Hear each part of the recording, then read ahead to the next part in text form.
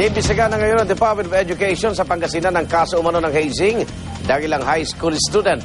Dakuna ng video ang ininalang initiation rites. Darito ang report.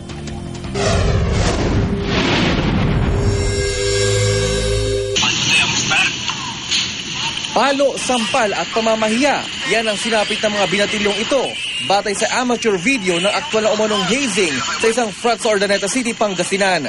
Ang video napasa kamay ng magulang ng isa sa mga umano'y kasali sa hazing nitong Pebrero. Kwento ng biktima, pinagbantaan daw ang buhay niya ng mga klase sa Camantillas National High School kung hindi siya sasali sa frat. Bagay na di raw matanggap ng kanyang magulang, kaya desididong paimbestigahan ang sinapit ng anak.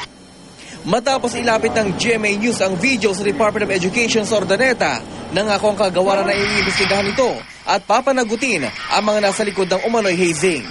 Kung gaano ka heavy, no, yung nangyari, lalo na kung mapatunayan, siyempre, proper action will be done. Sinubukan ng GMA News na hinga ng pahayag ang pamunuan ng Camantillas National High School pero di namin sila makausap. Gayunman, nauna na nilang sinabing wala raw fraternity sa kanilang paaralan. Mahigpit na pinagabawal ng anti-hazing law ang paggamit ng pisikal na pagpapahirap bilang bahagi ng initiation rites ng kahit anong organisasyon. Ang sinumang mapapatunayang lumalabag, maharap sa parusang habang buhay na pagkakakulong. Para sa unang balita, Haji Rieta, reporting.